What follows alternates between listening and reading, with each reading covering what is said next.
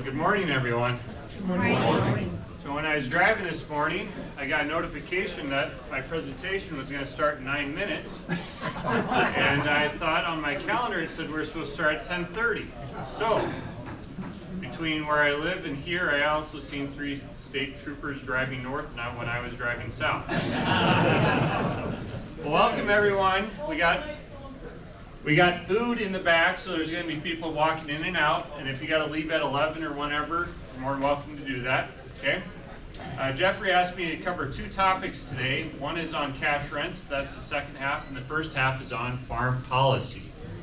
Does that sound pretty good for everyone? Just keep the mic down. Just keep your mic really close. That's what they said. You get a mic next to you where it just clips on there. Yeah.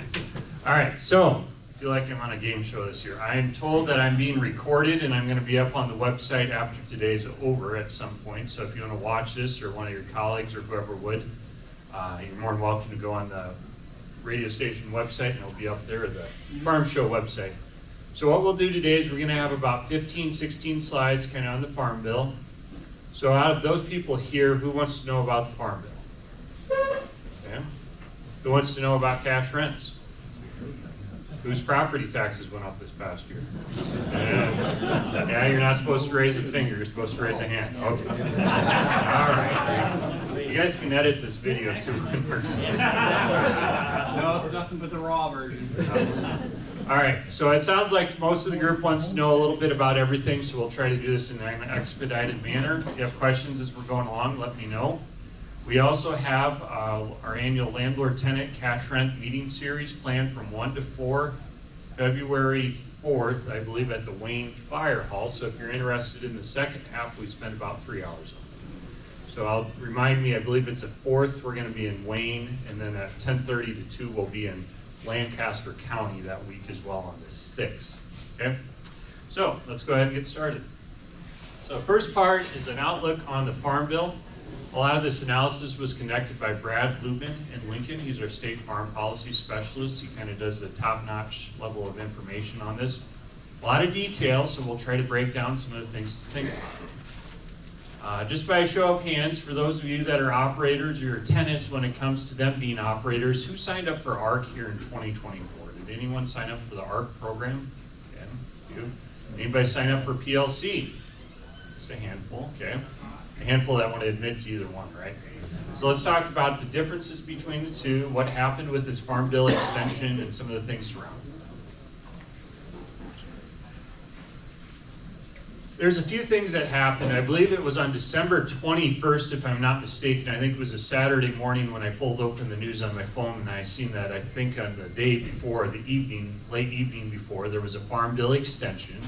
And if you recall, if we don't extend the Farm Bill, we go back to the policies that occurred back in the late 1930s and early 1940s. The big thing would be the dairy policy back then, on how the dairy milk orders worked and things like that. So we have ARC and PLC are extended for 1 more year. And with that extension, we have the decision once again, should we sign up for ARC? Should we sign up for PLC? And also surrounding that, how does our crop insurance influence, or what are the things to think about surrounding crop insurance? We also had some additional what we call disaster aid. And in the terms of the economy, we call it the economic disaster aid. There's some additional money, so we'll give you some previews on that. And be aware, here over the next 3 to 4 months, we have decisions to make and things to be visiting with the local FSA office about. Is there anybody here from the local FSA office? They don't want to admit to it either, right? So we'll talk a little bit about how these things kind of work out, what do we need to be thinking about, and with some of the disaster payments, how does that work, and what do we need to be thinking about with ARC individual coverage. If you recall, there's a formula that is tied to ARC and PLC. And in prior versions of the Farm Bill, this was a little bit different. With ARC is an ag risk coverage. It's a revenue safety net. More importantly, it's an Olympic revenue safety net. Okay.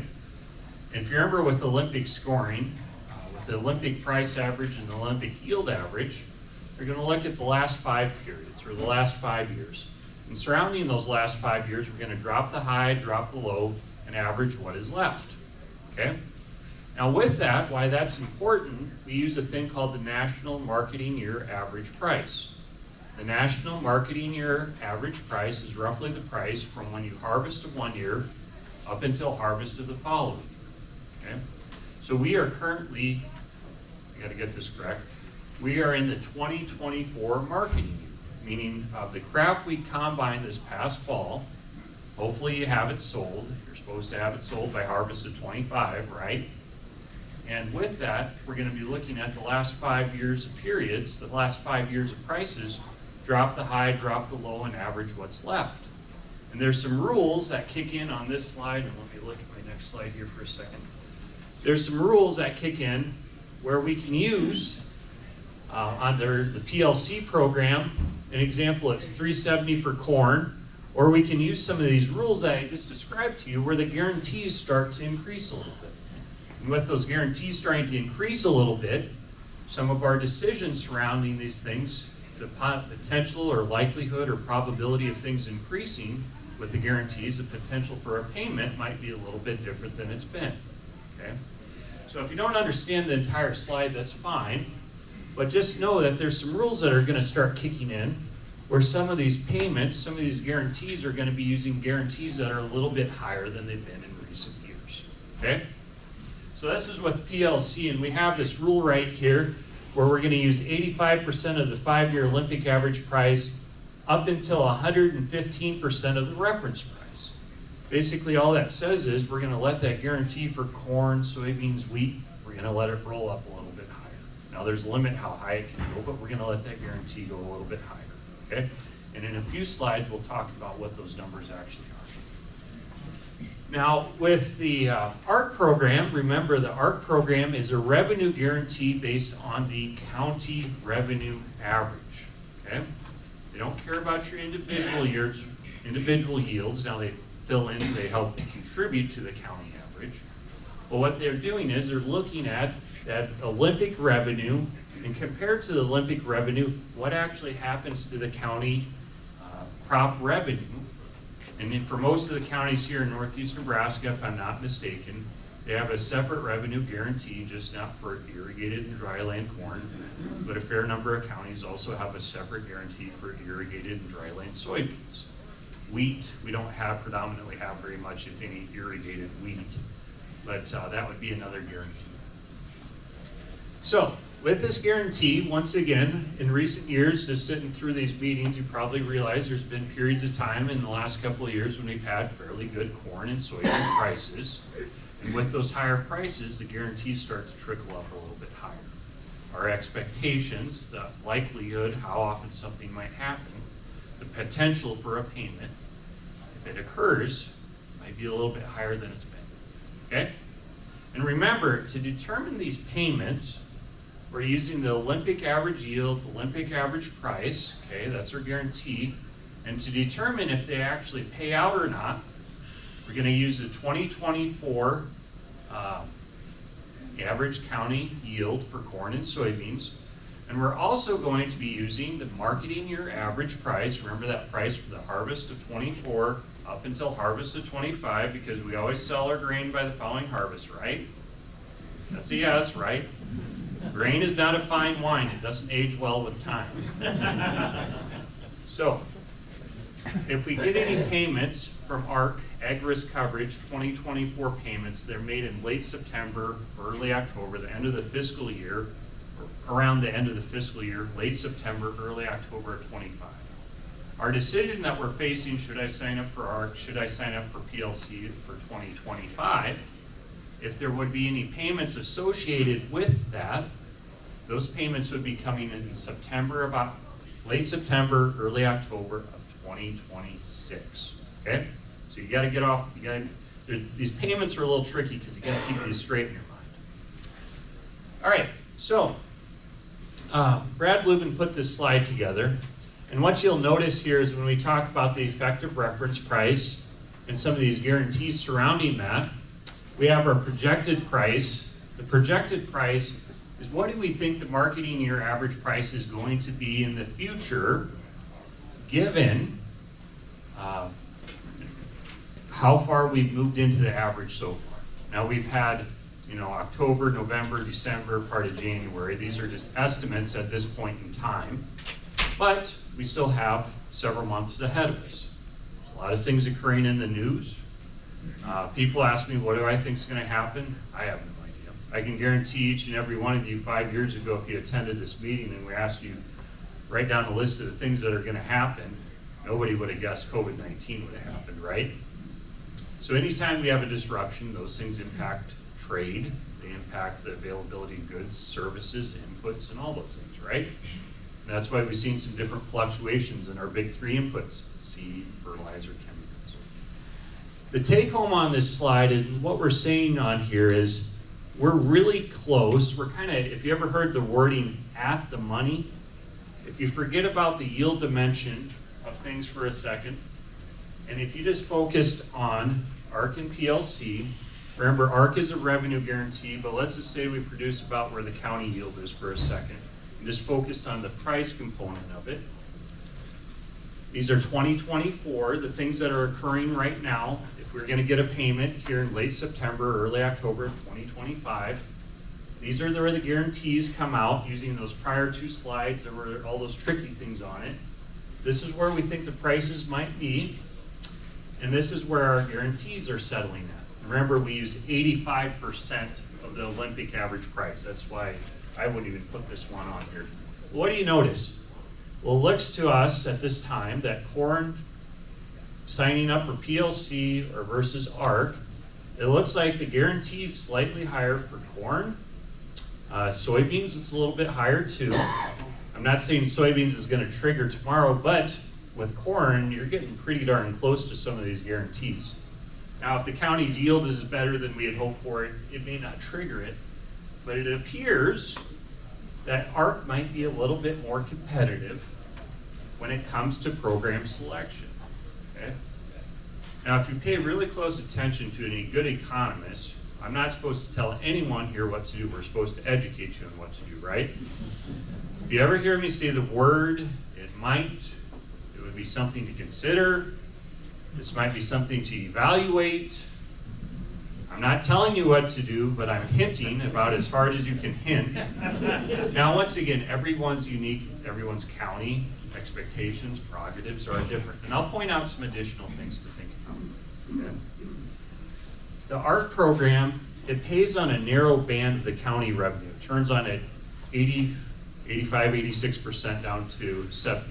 I gotta think this through. 85 pays 10% down from about 85 or 86%. It's a narrow band. Okay.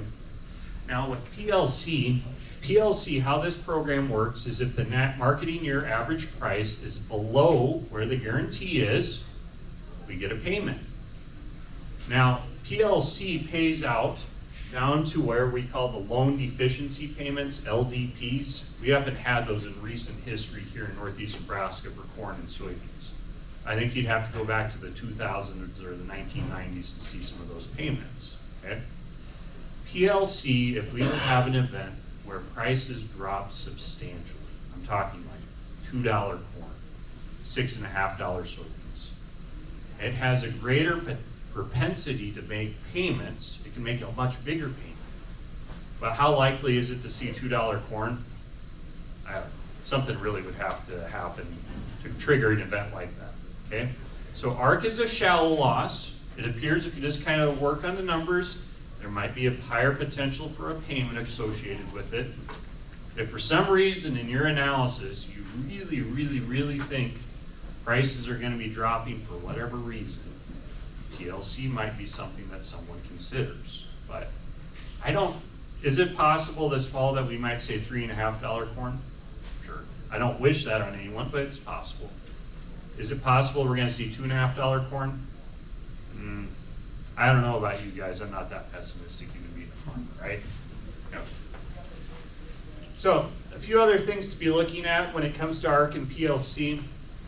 Just be aware when it comes to your program decisions related to crop insurance.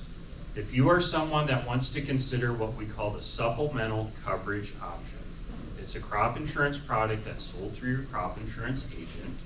They would have more details on how the program specifically works. Just be aware that if you consider the SCO program, you must sign up for the PLC program. Why? SCO doesn't work exactly how ARC does, but it's somewhat similar. When I say it's somewhat similar, they are concerned not about your individual farm yields for the SCO crop insurance program. They are looking at what is happening to the county yield for irrigated corn, dryland corn, whatever the case might be, okay? So if that's something you'd like to consider, that's where this slide gets into it. And for the sake of the time and the number of people we have here, what it gets at is when it comes to SCO, it's a decision that you intertwine with PLC, okay?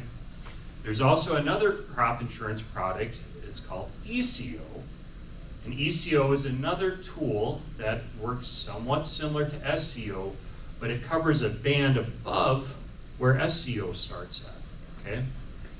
There's been some subtle changes made to the ECO program, if I'm not mistaken, and I don't know a lot about it, but it's something to visit and just be aware of when you are considering your risk management program for the upcoming year, okay? All right, I'm gonna go to the next slide. I think these things make a little more sense. All right. Anybody want to explain this to about 90 people? You can have the mic if you do. Anybody, if you're at a good economics presentation, the speaker puts up a slide that no one actually understands and they just keep talking. So I actually like these slides better because they kind of graphically make you think about things. Now when we think about things, we have different guarantees up here. The black line is the marketing year average price. With marketing year average price, MYA is sometimes the acronym you see. What do you notice?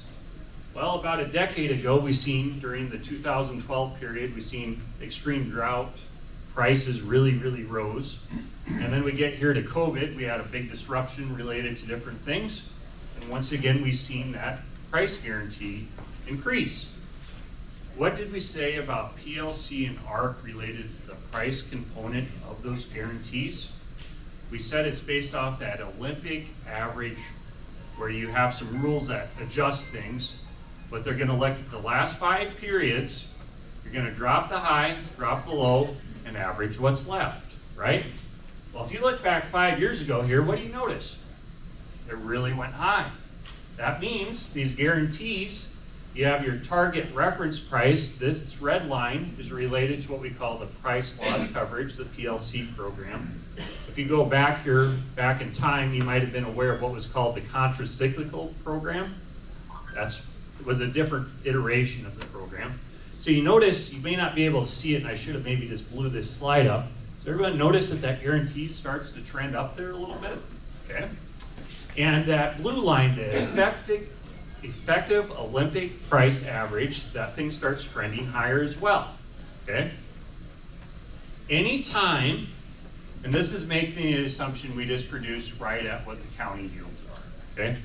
If we have in a year where the county yields are really high, that can offset some of the declines in the price. But nonetheless, if the marketing year average price is less than our guarantees, that's when we get a payment. Okay, does that make sense to everyone? That's why back here in 2013-14, when the guarantees were much higher than the marketing year average price, that's when we've seen some exceptional payments again. Now, I don't know if we're going to see payments at the magnitude of this period of time, but if you're someone that's thinking, you know what, 2024 was kind of a dry year, the yields were okay, they weren't great, I don't think we produced what the county average did, I'm a little pessimistic on price, that ARC guarantee is just slightly higher than PLC, okay?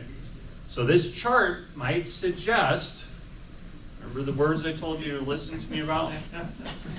This chart might suggest that ARC could be possibly an attractive alternative to consider when you're making your farm program decisions, unless you're someone that would maybe consider the SCO program with your crop insurance agent.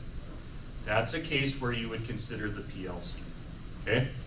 And I will refer you to your crop insurance agent. The SCO program has a lot of subtle things associated with it, and it's someone you need to have them sit down and explain and see if that's something. I don't know how popular SCO has been in Nebraska to date. I'm sure there's a crop insurance agent that can correct me on it. but is one thing to consider as you sit down when you're trying to navigate these tight financial times. This is a period of time when you gotta sit down. Even if you don't change your mind and do something different, I challenge you to think about things. If you leave here slightly confused on things today, I did my job, because hopefully that makes you go out and start reading a few things, okay? All right. So that's the breakdown for corn. Now soybeans. We want to pick the red line or the blue line. Red line, remember, is the PLC program. The blue line is the ARC program. We want to pick the line that's either the closest to or slightly above what the marketing your average price expectation might be. Why? Remember, when the guarantee is above where the expectation for prices might be, that's a higher potential for a payment, okay? So what does everyone notice here? What's that red line look like? Is it above or below our expectation for prices? Below, very good. So that would suggest that ARC might be something to consider compared relative to PLC, right? At no time today will I actually tell you what to do. I will try to educate you and nudge you along. PLC is something to consider. And once again, if SCO is something in your risk management portfolio for your operation or your tenant's operation, it is something they would like to consider. Because SCO works somewhat similar to how ARC does, and you can't double dip. You can't have ARC and SCO at the same time, because that'd be almost the same program. Not exactly, but it kind of is. And remember, once again, that if you think the price of soybeans is headed down to $6.50 or something, PLC could make a much bigger payment. PLC does not care about the county yield, does not care about your farm level yield. It cares about the national price, okay?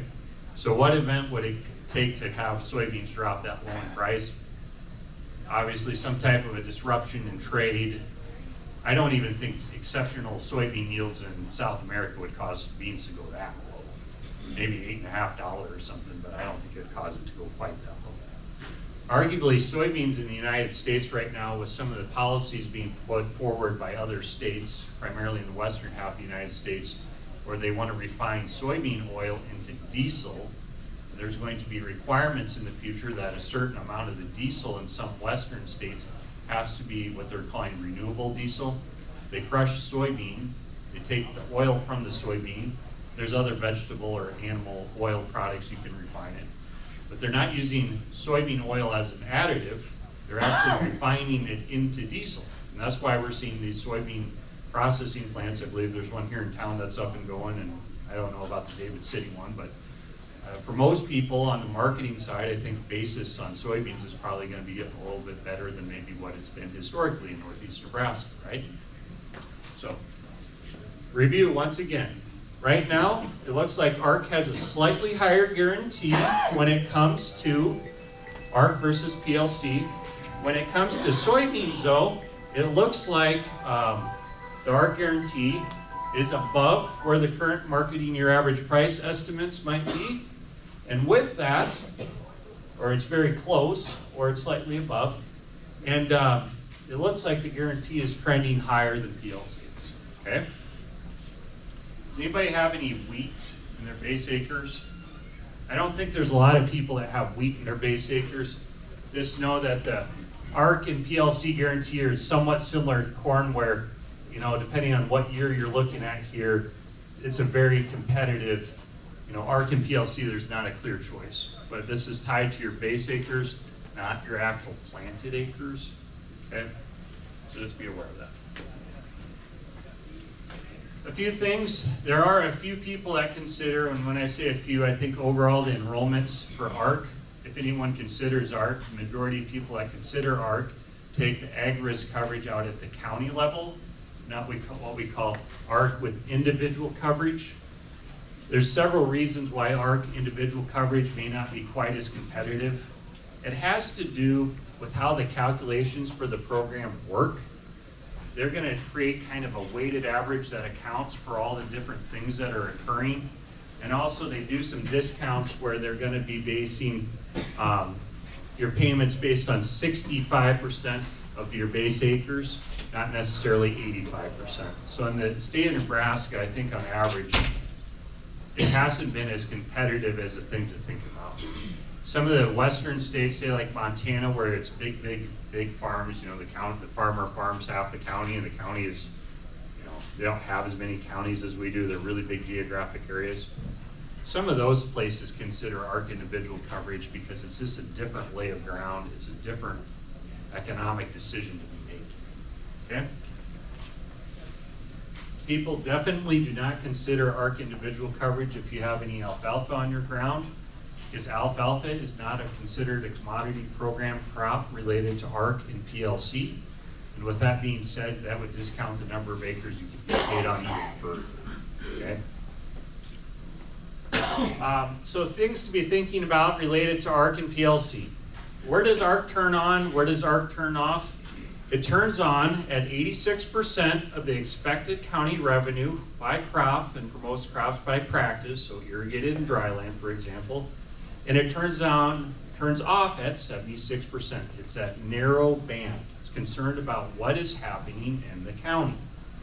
PLC provides price protection based on the national price, not your local ethanol plant, not your local soybean crush facility. It's a national price, and subject to what happens to the national price, that's when payments are made.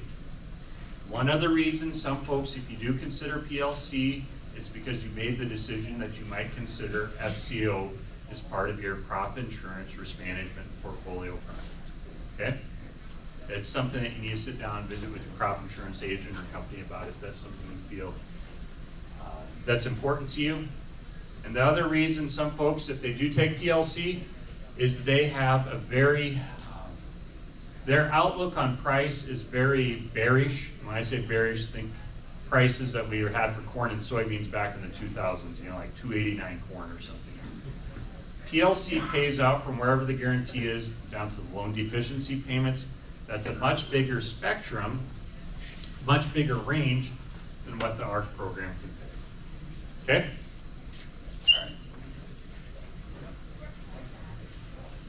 All right. This is a little slide on the ARC. This is kind of ARC versus PLC. So if you choose to take the ARC program, that's when you can, you don't consider SCO. If you take ARC, and this is what Brad Lubin's trying to get at, it's really ARC versus PLC. Or some folks might be thinking about ARC with the SCO, the supplemental coverage option. The SCO, once again, it's a crop insurance product that's concerned about the regional crop yield for a specific county and a specific crop, okay? It works somewhat similar to how ARC does, but you have to pay a premium, and it's not exactly the same thing, and that's why I say you gotta talk to your crop insurance agent. I can't explain how it works. I'm reviewing these slides the night before, and also in front of a group of people that I was 10 or 15 minutes late. So, just know this is a decision that if you visit with your crop insurance agent, I recommend that you try to learn. I'm not telling you to take it, I'm not telling you not to take it. I'm telling you to visit with them and get educated on these different things. You may not understand it 100%, just be aware of it, okay? And the other program that's somewhat similar to SCO is ECO. And if I'm not mistaken, I think there's been some increases to the subsidy on the ECO program. And that'll be a great conversational topic to have with your crop insurance agent. Okay? All right.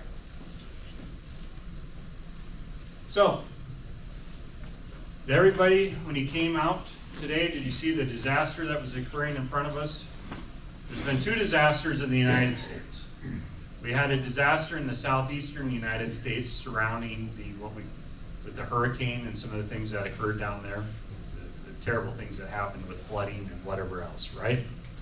Well, the other disaster that occurred was the economic disaster.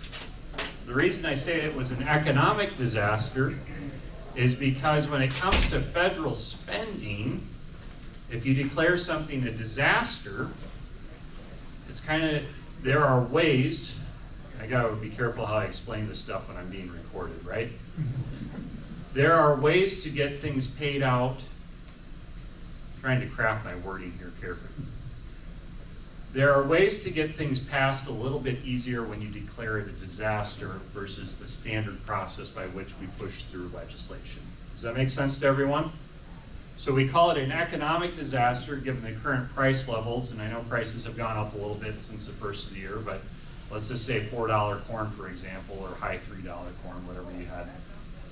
With that, these two disaster programs, there's not been a lot of details, there's been a little bit, but this is a program that's going to be looking at what the operator on a parcel of ground planted in 2024, and subject to the planting, and we'll talk about what the payment rates are here in a couple slides, there will be a payment made to the operator, okay? And remember, an operator is someone, a crop share participant is an operator, okay?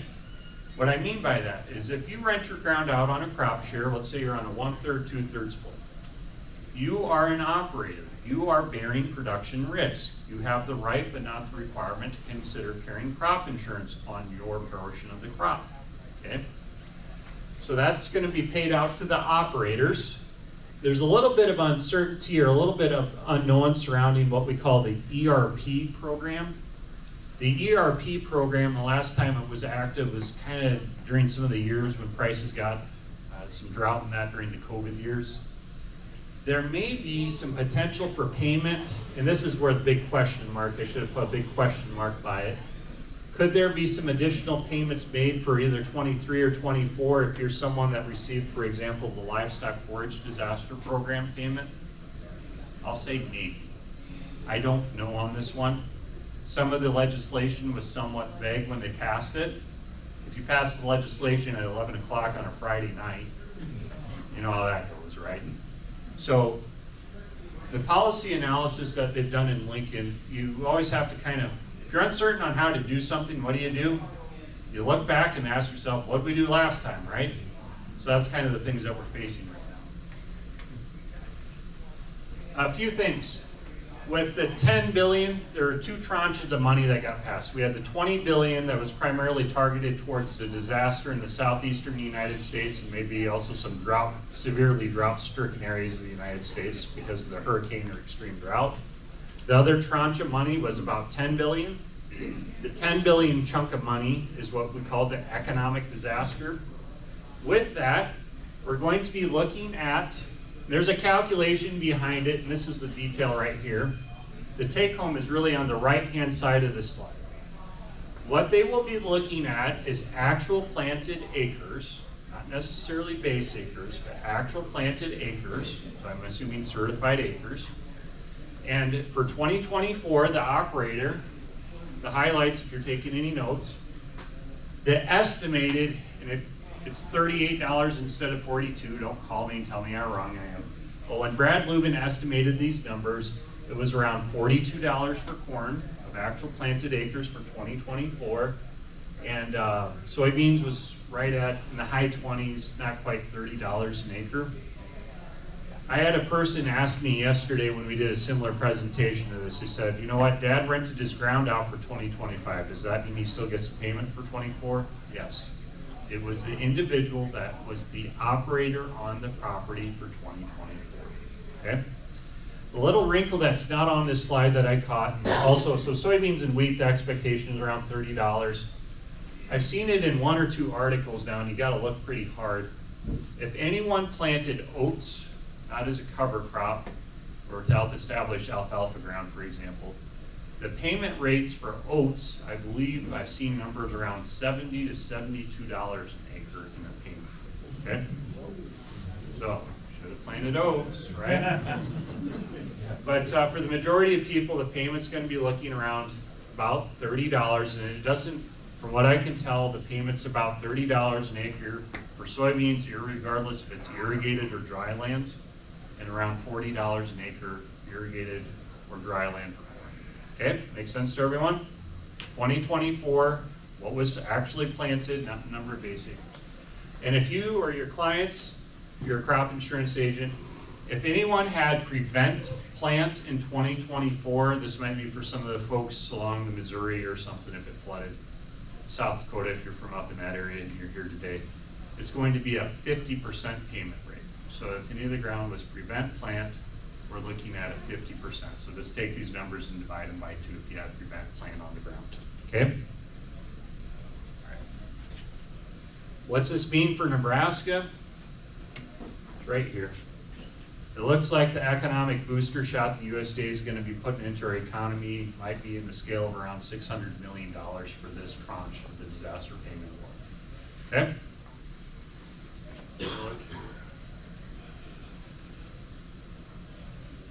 I'll jump back here.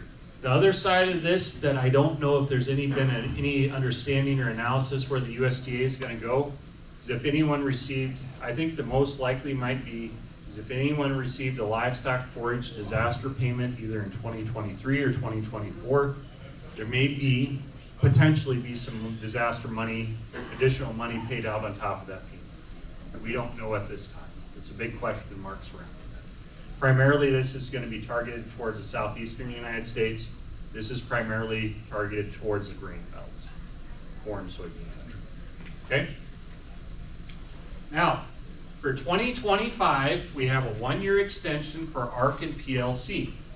With our 1-year extension for ARC and PLC, I believe the sign out, according to my email, starts on 21st, is next Monday, the 21st of January. Am I right? January's going fast. 2 weeks. Okay. Tuesday, yeah, Martin Luther King Day is Monday, so it'd be the Tuesday. With the Farm Bill extension, I believe we have until April 15th to make the decision on whether we want to sign up for ARC or PLC, and we kind of hinted based on some of the slides up here, if we want to, as an operator, if we want to sign up for ARC or PLC. Okay? And with ARC or PLC, this decision is going to be for the 2025 crop. The 2025 crop, remember we have to look at the harvest price from harvest to 25 up until harvest of 2026. If there's any payments made with the enrollment decision we're facing, those would be made a year out, almost a year and a half out, October of 2026. Okay? So that's a 1-year extension. What's the Farm Bill look like for 20? Are we going to get another Farm Bill? Well, we're going to have a new administration. We're going to have a party that's going to be governing both the House and the Senate. Last 2 years, we had a split House and a split Senate. There are different factors that are going into some of these things, so we'll be seeing what happens. Just know that if worst comes to worst, we'd probably have another extension, because if we don't, we go back to what is called the dairy cliff, and that has to do with the managing of milk prices that were governing the 1930s and 40s. Some of the things I've seen, it would almost like double the support levels, the expected price for the price of milk. So obviously we don't want to see things like that happen. Okay? All right. There's some other things to be thinking about when it comes to the 2025 Farm Bill. Just know the prior legislation, when we do have our traditional farm policy passed, it's close to $1 trillion. Roughly 80% of that typically supports what we call the Supplemental Nutrition Assistance Program. There's been people asking me in the past, why don't we split out the Farm Bill, the commodity provisions, the ARC and PLC from the Food Safety Net SNAP program? The answer that most commonly gets brought up is if we don't have the two of them together, I don't know if we could get the votes through to have the safety net that we needed here in the Grain Belt. Okay? So that's why we combined the two of them together. There's also some things governing renewable energy mandates, and some of that. We'll be seeing to what happens there. There's a lot of things going on with the sequestration of carbon, making ethanol into a low carbon jet fuel, some of those kind of things. Last year when they had me come out and give a talk, we were talking about property rights surrounding the use of eminent domain to run either hydrogen or carbon pipelines underground, right? I suggested that as a topic to Jeffrey, and then he sent me the list of speakers, and he said I was going to be speaking on it. That was a little rough last year, but we got through it okay. So there's a lot of things floating around in the news. People in this room have various opinions on those topics. I encourage you to stay informed. And guess what? The state legislature is in session right now. So you got thoughts on things? Give them a call. All right. Any questions on the farm bill stuff? Everybody's still awake? Make sure to support the local ag program here at Northeast Community College after we get done afterwards. I think the proceeds of their sale, they got brisket and cheesy dogs and whatever else back there. I think that helps support their local program here, which I think they got some good things going on. All right, so let's get started on cash rent. So what I did on these slides when I put them together at 7:30 this morning, we're gonna look a little bit at what happened to the real estate tax stuff, and then we're gonna step through cash rents for dryland cropland, center pivot irrigated cropland, grazing land, and then I'll give you some ideas when it comes to setting cash rents in 2025, okay? If it's okay with everyone, we'll go till about 11:15. So first thing, where can we find updates on cash rental rate information in the state of Nebraska? Well, there's two different places. The University of Nebraska annually does a survey on land values and cash rental rates across Nebraska. With their survey, what we do two different things. We do the first thing that's called the preliminary estimates. The preliminary estimates come out in the middle of March, and then the final report comes out in late June. Preliminary estimates is a snapshot on what's happening to the market value of land, maybe more importantly, or of interest to those folks in attendance here, the current state of cash rents, okay? If you do the computer thing, the website is cap.unl.edu/real estate. If you don't do the computer thing, or your computers don't like you, either go to your local public library. Most librarians can help you out, run off a couple pages for $1 or so, or stop by, see the Madison County Extension Office. Pam, the office manager down there, usually has a few pages of these printed off. So you just stop by. The Madison County Extension Office has been located, if you go down where the overpass is along Highway 81, go north over the overpass, east side of the road. It's kind of a steel structured building. They got a little sign sticking in front of it. They got to buzz you in because it's a county office, but Pam has these things too.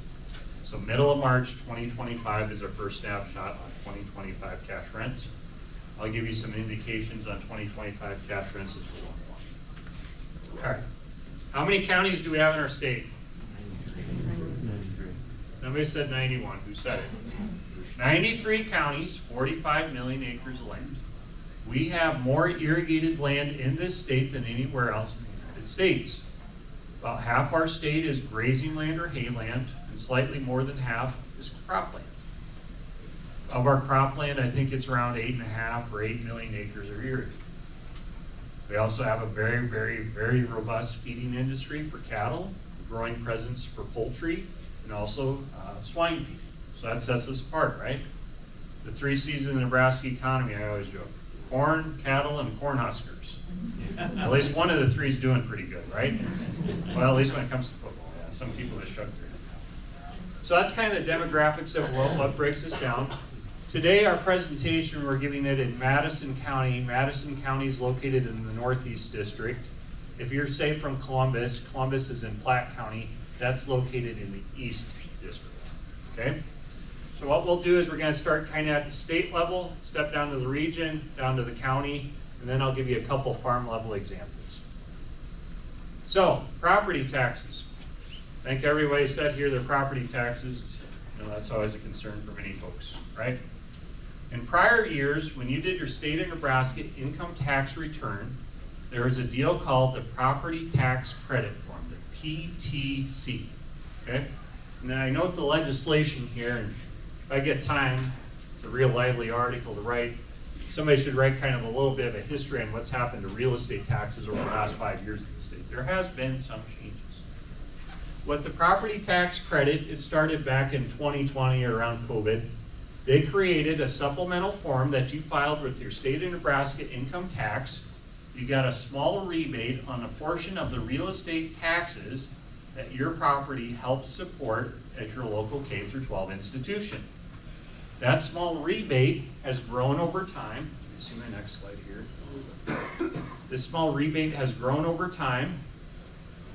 And with this rebate, you had to make out your supplemental deal, and it applied to agricultural land as well as residential homes, okay? So with this credit, if you notice this past legislative session, we had a special session this past summer, there were some changes that were updated to LB 1107. The updates came in the form of LB 34. What did LB 34 do? LB 34, instead of having to make out this supplemental form to get your property tax credit on your K through 12, and in recent years the credit also applied to the district in which your property sat that helps support the local community college. So here in Northeast Nebraska, it's Northeast Community College, right? Or Central Community College if you're from the Columbus area. Well, what was did this past summer is they took the portion of the PTC credit, that supplemental form that you have to make out, this portion that, if I'm not mistaken, that helps support the local K through 12 education institution, and it showed up on your annual tax assessment from your local assessor or county treasurer when you get your local statement, and they were trying to automate that. One thing that was not included in the legislation, and one thing that you still have to make out the property tax credit form, is the portion of the credit that applies to your local community college, Northeast, Central, Metro, wherever your property is in the state. You still have to make out, according to the state officials on this article I seen, this came out of the Lincoln Journal-Star, if you still would like to get the community college tax credit portion that didn't appear automated on your annual assessment notice, you still have to make out the PTC form for this tax season. Okay, does that make sense to everyone? Of your overall tax bill, if you own a home or agricultural land, you're talking around, according to their article, it said around 3 to 5% of your total taxes that you pay. It's a smaller amount, but just know if you want to get it, you still have to make out that form. Okay? The rest, the K through 12, that appeared on your annual tax assessment notice. And between that, the PTC credit that they have there. And also, if you noticed, I forget the exact year, it was like 2006 to 2009, there was also the Property Tax Relief Fund, another credit that appears on your form. Those two credits, where they are using state tax revenue, state taxes from sales tax or income tax, they're using it to offset a portion of the local real estate taxes that supports primarily education. That credit does. So you want to know what that's going to cost us in the state of Nebraska each year now? $750 million a year. Something to think about right there. Okay? The University of Nebraska system, I think our annual budget, Kearney, Lincoln, Omaha, the Medical Center, you're talking close to around $560 million if I'm not mistaken. So property taxes are definitely things to be thinking about right now. And guess what? If you have a concern or an idea, call your local representative. Those folks are in session right now, and they are discussing budget things and everything surrounding that. Okay? All right. So, you don't have to make out the PTC form for your local K through 12 this year, but you have to make it out for the community college if you'd like to get it. Okay? All right. So let's talk about cash rents. Stepping back for a second and looking at 2024 cash rents, and I know everybody's going to zoom in. Northeast Nebraska was up just slightly. If you look through this slide, about half the areas the cash rents were down just slightly. The other half of the areas the cash rents were up just a little bit. So what's this mean? To me it seems that cash rents are there's kind of a mixed response. There wasn't a clear direction they were all going up, and there wasn't a clear direction they were all going down. In addition to the average here in Northeast Nebraska at 270, East District was at 240, the North was at 79. This was for the 2024 growing season for dryland, cropland. We also have what is HAL. HAL stands here on the left-hand side. It's the average of the high grade, average of the low grade, and the overall average. When we ask the people that take the survey, we ask them, what do you estimate the upper third of cash rent is? We ask them, what do you estimate the lower third of cash rent is, and what do you estimate the overall average is? Okay? The upper third cash rent isn't specifically associated with silty loam soil, but traditionally better soils get paid for.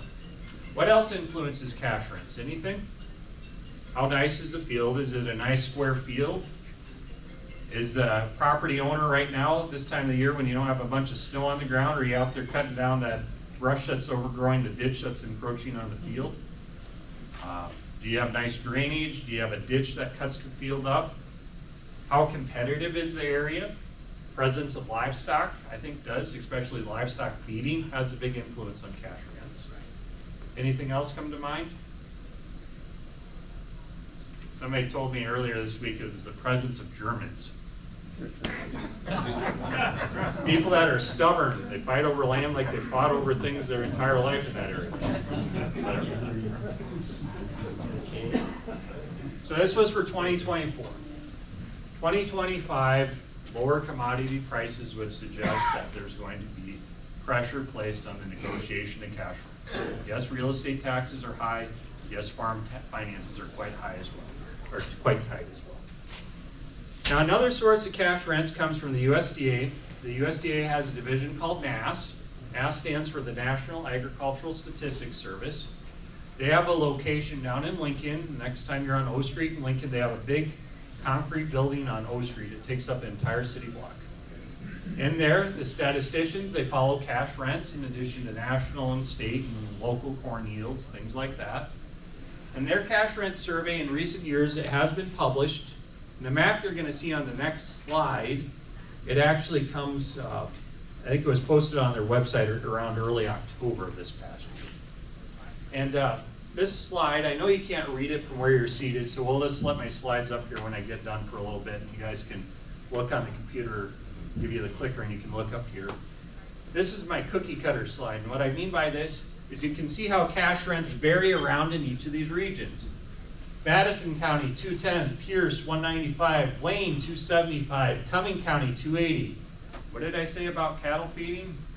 It has an influence on the local economy and cash rents. Also, what was the one thing I failed to include in our discussion on cash rents? Rainfall. We start in Richardson County down here. You're talking around 34 to 36 inches of rain per year. We move up to the Chadron area, Dawes if I'm not mistaken. You're talking closer to 12, 13, 14 inches a year. Every time we move 25 miles northwest in our state, we lose 1 inch of rainfall. So with that being said, in each of these different regions that we had up here, traditionally speaking, and this doesn't hold perfectly, but the closer you get to the Missouri River, the more rain, the more consistent the rain is, and that tends to get reflected in some of those cash rents. Okay? This gets updated, I assume, probably in around October of 2025. UNL's information gets updated the second week of March, or about the middle of March. And with that update in the middle of March, I hope you can, and if you'd like this slide, I can either leave it, well, there's some paper up here you can write your email address on, or if you email me or text me your email address, I'll send it to you via email. And you can see how these cash rents, it seems to me maybe the upper third of cash rents right here, maybe the lower third of cash rent might be some of these counties, maybe Madison County is closer to the overall average. Okay? Now, quiz time for everyone here. Who is the largest renter of cropland in Nebraska? Does anyone know who it is? Not owner, but renter. CRP. It's CRP, exactly right. The Conservation Reserve Program, renting ground for 10 to 15 years at a time, is the largest renter of cropland in the state. Why do they do this cash rent survey? They don't do it for me to go to farm shows and give these presentations. They do this survey so when you set your local CRP rental rate, they're going to use a soil index. Best soil to the poorest soil. Better soils get paid more, poorer soils get paid a little less. There's also premium and discounts. But they're tied to some of these cash rents. Okay, that's why the survey's done. On center pivot irrigated rental rates, the average that we had here in northeast Nebraska was 370, east was 355. Some areas of the state were up a little bit, some areas of the state were down, but overall things were fairly steady. Lower corn prices, soybean prices would probably suggest that there's going to be pressure. I can tell you based on my phone calls that there's been many landlords. I think it was Monday this past week, I had 4 people call and ask me how much cash rent was going to go down. They weren't tenants, they were landlords, so clearly something's going on, right? In addition to the average here, we have the range from the low third average to the high third average, or the low third grade to the high third grade of 305 420. In the East District, we're 295 to 405. What influences cash rents? Well, all the things we discussed before: quality of the land, configuration of the property. On irrigation, quality of your water that you're pumping, potential limitations that may be in effect or could be placed into effect. In western Nebraska, you have water rights on this ditch irrigation system. Do you have a junior right or a senior right? And one perpetual question we get: who is responsible for maintaining the irrigation system on rented ground? Does anyone know who it is? It took me 10 years to figure this out with the extension to figure it out. If you're taking notes, it's time to write down the notes. So is it the landlord or the tenant that's responsible for upkeep and maintenance? We finally derived it is the other party that's responsible, correct? It's always someone else. I challenge you, if you are a retired landowner that's renting irrigated cropland out this year, and you're dealing with a tenant that has tighter finances than what they've been in recent years, you have to value that individual's time. They are probably doing things to your irrigation system that I hope improve the upkeep, the repair, and maintenance. It might be worth $35 an acre up there. Maybe you want $370, but if they're using $30 to $40 of their time, talent, repairs, and equipment, maybe they're paying already over $400 and you don't realize it. Make sense to everyone? Okay. On to the grazing land here, brief. The USDA rates, a few things you'll note. Madison County was at 322, Wayne County was at 349, Pierce and Boone were at, Boone was 315, Pierce was 300. If you have any ground that's down here where they have flood or gravity irrigation, the rates that they report here are a weighted average that reflect both of those. Okay? Who has grazing land in here? Anyone? Who likes to eat beef? We got work to do here. A lot of people don't like to eat beef in here. Okay, grazing land you can rent two different ways based on the information the university reports. There are many different ways beyond it. You can rent by the acre, you can rent by the AUM, the day, the month, the week, the animal unit. The university and the USDA report on a per acre basis, and the University of Nebraska also reports on a cow-calf pair basis. Okay? So, what are cattle prices doing right now? Quite high. Yeah, somebody said they're going through the roof. When it comes to grazing land, what I'm very concerned about, and it's a great time to be selling cattle, a little bit tighter of a time to be buying right now. I seen some sale data from a week ago. There were fat calves, black steers, 1,620 pound calves brought $212.50 a hundredweight. It was just a little bit under $3,500 a head. This was not breeding livestock. These boys were going to the packer, right? My suggestion on cash rents, there's a lot of uncertainty. Anytime we get volatility in cattle prices, while it's great when they're high, they definitely can slide down a little bit. I encourage you, if you're a landlord trying to negotiate, or if you're a tenant that's trying to negotiate grazing land cash rent, maybe this is a year where we set our base cash rent and we provide some type of a bonus if prices do maintain as high as they are, okay? Cattle prices can go up and down, and they're very closely tied to the financial markets related to the stock market and things like that. So it takes one national event, and the stock market goes down, and then cattle prices follow. So that's my suggestion on that. The range that we had was from $56 down to $98 an acre. Overall average was 75. The East District, we went from 78 down to 49. Overall average was 65. There's a few things to note. Does Knox County up here, does everyone know it's in white? Do they have grazing land at all in that county? Yes, they do. If you don't respond to the survey, they can't produce a number as part of their annual publication. Okay? That's why some counties are in white. Wayne County, do you have grazing land? Well, it's probably less grazing land in Wayne County compared to Knox County, for example. So that's why some of the counties are in white. But once again, the farther east you go, we tend to have the ability to put more cattle on a certain package of land because we tend to get more rain. Okay? And the University of Nebraska reports on a cow-calf pair rate for 1 month. So for one cow, one calf, for 1 month during the summer grazing season. If you want to rent for 5 months, for example, 70, that was the overall average, and the range was from 57 to 79.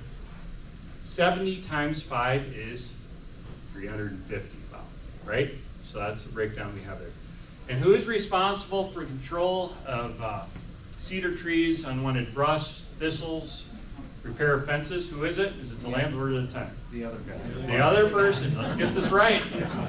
Just watch the news right now. It wasn't my fault. It was the other party, right? It's always someone else. I'll vote for whoever who actually takes responsibility for something. It's negotiable, okay?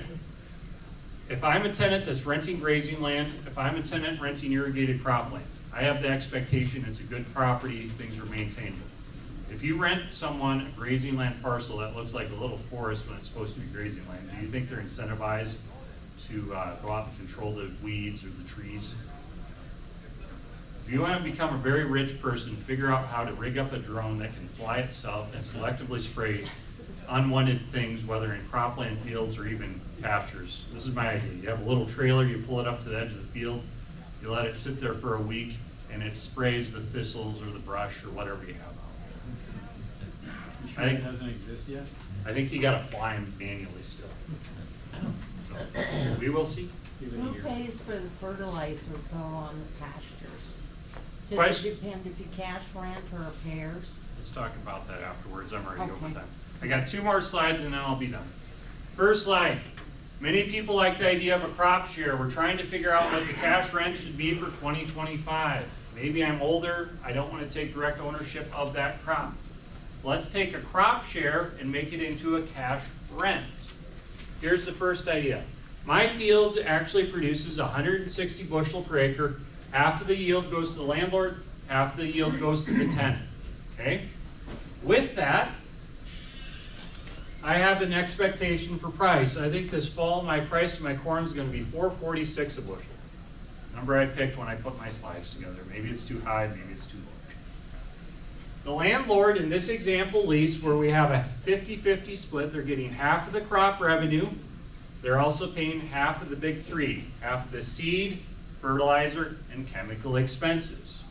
I didn't include crop insurance, but they have the right but not the requirement to carry crop insurance. More than likely, they probably will take crop insurance too. Now from this, you take out the landlord's share of the inputs minus their share of the income, they stand to make a little less than $200 an acre. Now we get to July, it gets to 148 because the price of corn is lower, and then things turn back a little bit in the fall and we're up to 176. So out of these three, which of these three is the fair cash rental rate? What's the word fair? The word fair is 4 letters long and it starts with F, so it's a 4-lettered F word. We don't use it. We want to focus on what actually happens. So when you're negotiating cash rents, if you think your ground should rent for whatever dollars per acre, can you work backwards in this example? If I had a tenant come to me and say, you know what, I think I should pay you, let's say $190 or $195 an acre, and I really think it should be $225, maybe I'm not understanding where the current price expectations are. Maybe I don't understand the yield. You can draw up scenarios. Put, you know, this is the good price, and this is the bad price, and this is what's actually going to happen. Out of all this stuff up here, the only thing that's fixed is once you spend the money on the inputs, once you put fertilizer down, you don't recover that. You get it in the crop yield, but you can't get a refund on your herbicides, pesticides, or seed, right? It's a fixed expense for that period of time. The second idea is for hay. There's a lot of people, maybe you have a little hay ground around your acreage or something, 10, 20, 30 acres. How do I set a cash rental rate on grazing land? So here with this idea, what we do, we have 2 different shares. We have a 1/3, 2/3 share, we have a 50-50 share. In the 50-50 share, the landlord's paying for half of the fertilizer and herbicide expense. And the 1/3, 2/3, they just get 1/3 of the hay. So after that field is cut for hay, the tenant goes out there, they count up the number of bales, weigh a couple of them, they tell you, hey, why don't I just buy out your share of the hay? Cash equivalent from hay share.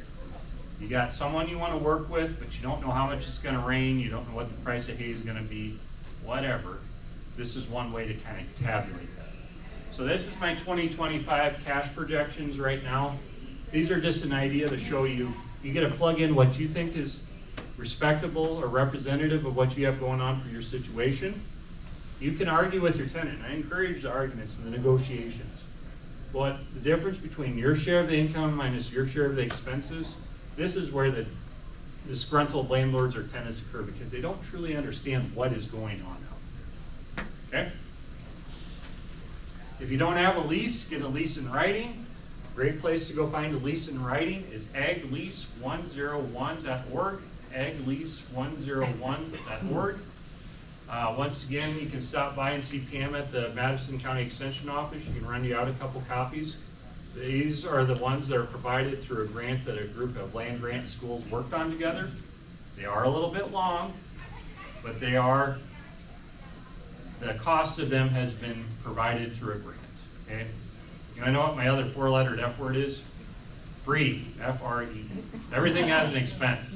So these were paid through a grant. So they are publicly available, and if you just want to go out and kind of look and see what's out there, they're a nice resource to have. February 4th, if I'm not mistaken, we will be at the Wayne Fire Hall from 1 to 4. Call the Wayne County Extension Office to verify it.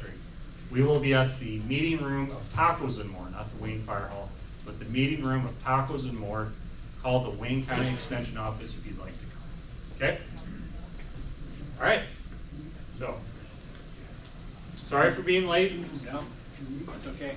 Can we take any questions? Does anybody have any questions? Yeah, the fertilizer. All right, so the first question was, the recording. The first question is, who pays for fertilizer on grazing land? Well, if the landlord's paying for the fertilizer on grazing land, they're probably going to want more for cash rent, right? If the tenant is paying for it, they're probably going to want to pay less cash rent. So I can't tell you who has to pay for it. I can tell you it's going to influence the cash rent subject to who is paying that expense, right? So it doesn't matter whether It's a negotiable acre element, or- yes. It's a Okay. negotiable element of who's. Yes, sir. Grain storage, grain bins, what's the average price of that bin for rent? Yeah, so the question is, what do you charge someone to pay for grain storage rental fee? That's a great question that actually gets discussed February 4th at Wayne when you attend. Now, all jokes aside, we did have the slide prepared on it. What we've been seeing based on our call volume and the extension. What type of facility do you have? Do you have do you have 10 3,000 bushel bins, or do you have a 30,000 bushel bin? The bigger the facility, the more value it can command. Yes, 3,000 bushel bins can be used, but if you're combining and you've got a big auger and a big truck, you'd rather fill up a 30,000 bushel versus a 3,000. Most of what we're seeing, you think of grain storage as kind of part of the rent, so if you're having someone that's paying pretty good cash rent, when it comes to using the land, what we have suggested is you pay a flat rate. They can use it from harvest up until harvest of the following year, maybe something around 10 to 20 cents a bushel. If you charge by the month, who's the first bin that gets cleaned out after harvest? The rented bin, and then it sits empty. So a flat rate, 10 to 20 cents a bushel if it's a decent facility. Tenant is also responsible for the energy costs. So if you have an electric blower, or if you're using natural gas or propane or something, you need to figure out a way to reimburse the landlord for that too. Okay? All right, I'll be hanging around up here. We're gonna open up the doors. It did get less warm in this room than the other one. Yeah. So, Appreciate your patience, folks, and I think it was probably worth the wait. Want to recognize a couple of sponsors that make this happen, and I would encourage you, when you leave, if you're not going to stay for our next one, we're going to have a weather outlook with Eric Hunt from UNL coming up at 12 noon. But please go out there and visit all of our vendors, because they're who really make this show. Farm Credit Services of America is our presenting sponsor today. I see Scott Arns back there from Hertz Farm Management. They are right outside the door. You need help with managing your land, these guys are it. David Career's back there as well. He's going to help us out with our auction coming up at 2:30 this afternoon. There's a list at the WJG booth if you want to hang around for that. That'll be at 2:30 this afternoon. And then we're also going to have a discussion about wind energy coming up at 1:30. Question? Yeah, I do have a question. You publish the average per acre on the grazing, but I don't see where you have an average stocking rate to match up to that.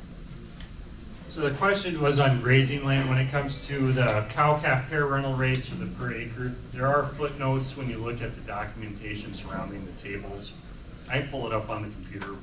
Is it published though, what the stocking rate, the average stocking rate? is that correlates to the average? For the per acre, we do not publish that specifically. We publish the stocking rate for the cow calf years. And is that available anywhere? I would suggest talking to your local beef educator. The stocking rate, typically higher rents are associated with ground that has a better stocking rate compared to a lesser. There are unique properties in northeast Nebraska that have very different stocking rates that might stand with outside the ranges that you see published up here that I've been made aware of over the last year or two. But in this area of the state, it's Ben Beckman out of the Cedar County Extension Office. He can give you better insight on that. Okay? Yes. What do you think your percentages of cash flex rentals? Or, What percent? Cash rental, but how many have flex? Yeah, so the question is, if you guys gotta go use the restroom or get up and walk around, I know how life works. The question is, what percent of leases are using some type of a flexible cash lease arrangement? We haven't done the survey question in a couple of years now, but I want to say in northeast Nebraska, the overall number of leases, crop share, and it's predominantly cash lease, I want to say it was around 10%. It might be something to think about this year, which we will be discussing on February 4th from 1 to 4 at Tacos and More in Green, Nebraska. We give a little bit of insight on the basics of flex leases, okay? All right, I'm going to dismiss you now. I'll hang around here as long as I need to. Very good, thanks for coming.